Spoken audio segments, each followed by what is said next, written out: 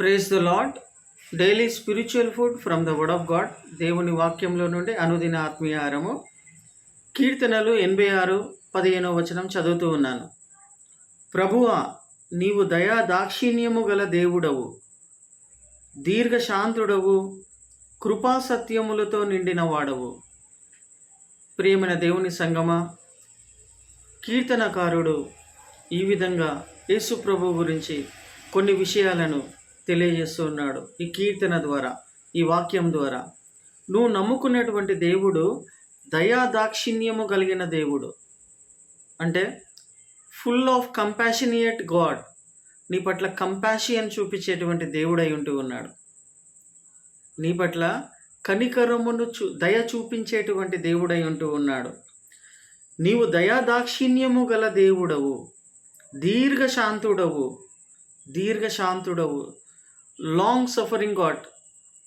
నీ పట్ల దీర్ఘశాంతముతో ఇంకా ఎదురు చూస్తున్నటువంటి దేవుడై ఉంటూ ఉన్నాడు. ఏ విషయంలో దీర్ఘశాంతము చూపిస్తూ ఉన్నాడు? ఇంకా మనం పర్ఫెక్షన్లోనికి రావాలా, ఇంకా మనము మారుతూ ఉండాలా, ఇంకా మార్చుకునే విషయంలో, రూపాంతరము పొందే విషయంలో, ఇంకా పర్ఫెక్షన్లోనికి వెళ్ళే విషయంలో దీర్ఘశాంతము చూపుచూ ఉన్నాడు. నీ పట్ల దేవుడు దీర్ఘశాంతము చూపుచూ ఉన్నాడు. కృపా సత్యములతో నిండిన దేవుడై ఉంటూ ఉన్నాడు. కృపతో సత్యముతో నిండిన దేవుడై ఉంటూ ఉన్నాడు. కాబట్టి ప్రియమైన వారలారా, దేవుడు నీ పట్ల కృపా సత్యము, మన పట్ల దేవుడు కృపతో సత్యముతో నిండుకొనినటువంటి దేవుడై ఉంటూ ఉన్నాడు.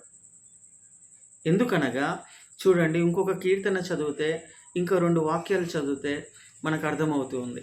చూడండి, కీర్తనలు 86:5 చదువుతూ ఉన్నాను. Psalms 86 and 5th verse. ప్రభువా, నీవు దయాళుడవు, క్షమించుటకు సిద్ధమైన మనసు గలవాడవు.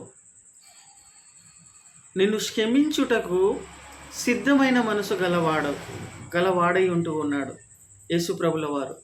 నిన్ను క్షమించుటకు సిద్ధంగా ఉన్నాడు ఆయన.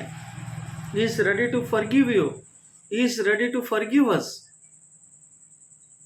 నీకు మొర్ర పెట్టు వారందరి ఎడల కృపాతిశయము గల దేవుడై ఉంటూ ఉన్నాడు. ఆయనకు మొర్ర పెడుతున్న వాళ్ళందరి ఎడల కృప చూపించే దేవుడై ఉంటూ ఉన్నాడు. వారి మొరలను, వారి యొక్క ప్రార్థనలను ఆలకించే దేవుడై ఉంటూ ఉన్నాడు.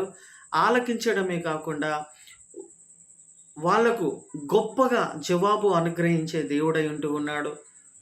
ఆ యొక్క మేలులను, ఆ యొక్క అద్భుత కార్యాలను ఆయనకు మొర్రపెట్టినటువంటి వాళ్ళందరూ కూడా యేసు ప్రభువు ద్వారా గొప్ప కార్యములను పొందుకుంటూ, గొప్ప మేలులను పొందుకుంటూ, గొప్ప ఆశ్చర్యకార్య అద్భుతాలు పొందుకుంటూ, ఆయన నామాన్ని మహిమపరిచే విధముగా మనకు జవాబు అనుగ్రహించినాడు దేవుడు అని ఆయనను మహిమపరిచే విధముగా ఆయన కార్యములు అంత గొప్పగా ఉంటాయి.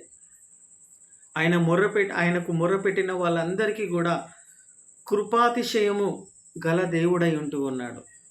ప్రియమైన వారలారా, అంతేకాకుండా మనం ఈ యొక్క ఇంకో 2 వాక్యాలు మనం చూసుకుంటే, ఈ వాక్యం యొక్క అర్థం ఏమై ఉన్నదో, ఏం చెప్పాలనుకుంటున్నానో ఈ వాక్యంను బట్టి మనం చూడవచ్చు. చూడండి, 1 Thessalonians 4:24. తెస్సలోనియకు రాసిన మొదటి పత్రిక 4వ అధ్యాయం 24వ వచనంలో ఈ విధంగా ఉంది.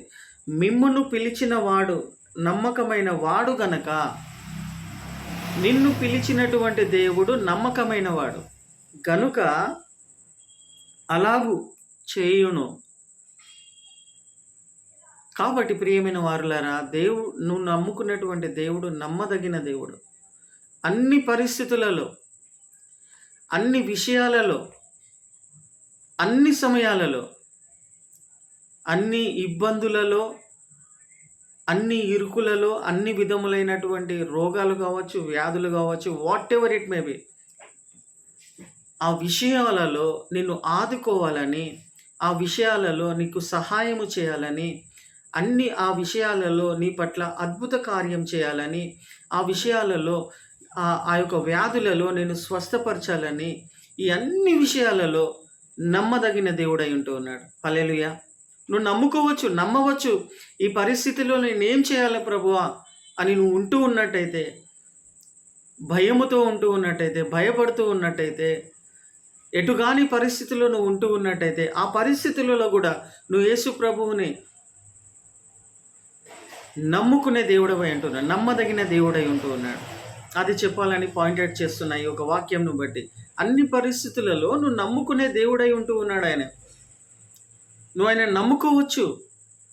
చూడండి, మిమ్మును పిలిచిన వాడు నమ్మకమైన వాడు గనక అలాగూ చేయును. నీ పరిస్థితిని బట్టి దేవుడు గొప్ప కార్యములు నువ్వు మొర్ర పెట్టిన వాళ్ళందరి పట్ల కూడా నువ్వు ఎవరికి మొర్ర పెడుతున్నావు? నమ్మదగిన దేవునికి మొర్ర పెడుతూ ఉన్నావు. దీర్ఘ శాంతముతో ఉంటున్నటువంటి దేవునికి మొర్ర పెడుతూ ఉన్నావు. దయా దాక్షిణ్యము గల దేవునికి నువ్వు మొర్ర పెడుచు ఉన్నావు. ఒక మనిషికి కాదు, ఒక ప్రెసిడెంట్కి కాదు, ఒక ప్రైమ్ మినిస్టర్కి కాదు, ఒక ఉన్నతమైన వ్యక్తికి కాదు. నిన్ను సృష్టించినటువంటి సర్వ సృష్టికర్త అయినటువంటి దేవుడు, దయా దాక్షిణ్యము కలిగినటువంటి దేవునికి, నమ్మదగిన దేవునికి నువ్వు మొర్ర పెట్టుకొనొచ్చి ఉన్నావు. కాబట్టి నీ పట్ల కంపాషియన్, నీ పట్ల కనికరం చూపించే దేవుడు నీకు అలాగూ చేయును, నిన్ను స్థిరపరచును. చూడండి, 2 Thessalonians 3:3 అయితే ప్రభువు నమ్మదగినవాడు. అయితే నువ్వు నమ్ముకున్నటువంటి ప్రభువు నమ్మదగినవాడు. ఆయన మిమ్మును స్థిరపరచి దుష్టత్వం నుండి కాపాడును. నువ్వు నమ్ముకున్నటువంటి దేవుడు నమ్మదగినవాడు. ఆయన మిమ్మును స్థిరపరిచి మిమ్మల్ని ఆశీర్వదించడమే కాకుండా, మీ పట్ల గొప్ప కార్యాలు చేయడమే కాకుండా, మిమ్మల్ని దుష్టత్వము అంటే దుష్టుని నుండి, అపవాది నుండి, కీడు నుండి, ప్రమాదం నుండి కాపాడే దేవుడవై ఉంటూ ఉన్నాడు. కాపాడే దేవుడై ఉంటూ ఉన్నారు. దుష్టత్వము నుండి నిన్ను కాపాడును. ప్రియమైన వారులారా, ప్రభువు నమ్మదగిన వాడు. ఆయన మిమ్మును స్థిరపరచి, నువ్వు ఏ విషయంలో స్థిరంగా ఉండాలనో, ఏ విషయంలో నువ్వు సెటిల్ అయి ఉండాలనో, ఎందుకోసమైతే దేవుడు నిన్ను ఎంచుకున్నాడో, ఎందుకోసమైతే దేవుడు నిన్ను పిలిచినాడో ఆ విషయంలో స్థిరపరిచి, నిన్ను దుష్టు నుండి తప్పించి, ఎందుకోసమైతే దేవుడు నిన్ను పిలిచినాడో ఆ విషయంలో నిన్ను స్థిరపరచడానికి, సమస్తమైనటువంటి దుష్టత్వం నుండి కాపాడే దేవుడై ఉంటున్నాడు. హల్లెలూయా. For which reason God has called you, for which reason God has chosen you. ఎందుకోసమైతే దేవుడు నిన్ను పిలుచుకున్నాడో, ఎందుకోసమైతే దేవుడు నిన్ను ఏర్పాటు చేసుకున్నాడో ఆ విషయంలో నిన్ను స్థిరపరచడానికి, సమస్త దుష్టత్వం నుండి, అపవాది నుండి, సమస్త కీడు నుండి నిన్ను కాపాడుతూ ఉన్నాడు. అది నువ్వు అర్థం చేసుకోవాలా. నిన్ను ఒక పర్పస్ కోసము, అది వేరే సబ్జెక్టు తర్వాత చెప్తాను. ప్రతి ఒక్కరికి కూడా ఒక పర్పస్ నిమిత్తము దేవుడు ఒక ప్రణాళిక చొప్పున పిలుచుకున్నాడు. చూడండి, మిమ్మును పిలిచినవాడు నమ్మదగినవాడు. ఎందుకోసం పిలిచిండు ఆయన నిన్ను? Why God has called you, why God has chosen you? For one specific and unique and special purpose. ఒక ప్రత్యేకమైనటువంటి పిలుపు నీ పట్ల ఉన్నది. అది శ్రేష్టమైనటువంటి పిలుపు అయి ఉంటూ ఉన్నది. అది యూనిక్గా ఉంటున్నది, ప్రత్యేకంగా ఉంటూ ఉన్నది. ఆ విషయంలో నేను స్థిరపరచడానికి నమ్మదగిన దేవుడై ఉంటూ ఉన్నాడు. హల్లెలూయా. సమస్త దుష్టత్వం నుండి నిన్ను కాపాడుతాడు. సమస్త దుష్టత్వం నుండి నిన్ను దేవుడు కాపాడుతాడు. నిన్ను పిలిచినటువంటి దేవుడు నమ్మదగిన దేవుడు. ప్రియమైన వారలారా, ఈ కీర్తనలను బట్టి, ఈ యొక్క వాక్యంను బట్టి నేను మీకు ఏం తెలియచేయాలని ఇష్టపడుతూ ఉన్నానంటే, నువ్వు నమ్ముకునేటువంటి దేవుడు దయా దాక్షిణ్యం కలిగిన దేవుడు, దయ చూపించే దేవుడు. నువ్వు మనుషుల వైపు దయ చూపించు, అయ్యా హ్యావ్ మర్సీ అపాన్ మీ అన్నట్టు మనుషులపైన నువ్వు నమ్మకం పెట్టుకోకు. నిన్ను పిలిచినటువంటి దేవుడు దయ కలిగినటువంటి దేవుడు, మరియు కృపా సత్యములతో నిండుకొనినటువంటి దేవుని నువ్వు నమ్ముకొనిచు ఉన్నావు. దీర్ఘ శాంతముతో still is waiting for you. Still ఇప్పటికీ నీ కోసం ఎదురు చూస్తూ ఉన్నాడు. ఎందుకోసమైతే నిన్ను దేవుడు పిలుచుకున్నాడో ఆ పిలుపుని స్థిరపరచడానికి, ఎస్టాబ్లిష్ చేయడానికి, సమస్తమైనటువంటి దుష్టత్వం నుండి నిన్ను కాపాడుకుంటూ వస్తున్నాడు. ఇప్పటికీ కూడా అది నీకు అర్థమైనా అర్థం కాకున్నా ఆయన కాపాడుకుంటూ వస్తూ ఉన్నాడు నిన్ను సమస్త దుష్టత్వం నుండి. దుష్టత్వం నుండి నిన్ను కాపాడుకుంటూ వస్తూ ఉన్నాడు. అంటే దుష్టుల నుండి, కీడు నుండి, అపాయములలో నుండి కాపాడుకుంటూ వస్తూ ఉన్నాడు. కాబట్టి ప్రియమైన వారులారా, ప్రభువా నువ్వు దాక్షిణ్యము గల దేవుడు, దాక్షిణ్యము కలిగిన దేవుని నువ్వు నమ్ముకొని ఉన్నావు. దీర్ఘశాంతుడవై ఉన్నటువంటి దేవుడు, కృపా సత్యములతో నిండుకొనినటువంటి దేవుడై ఉంటూ ఉన్నాడు. దయ చూపి క్షమించు స్థిరమైన మనసు గల దేవుడు, క్షమించుటకు స్థిరమైన మనసు కలిగినటువంటి దేవుని నమ్ముకొని ఉన్నావు. నేను పిలిచినటువంటి దేవుడు ఎందుకోసం పిలిచిండో అందులో స్థిరపరుస్తాడు.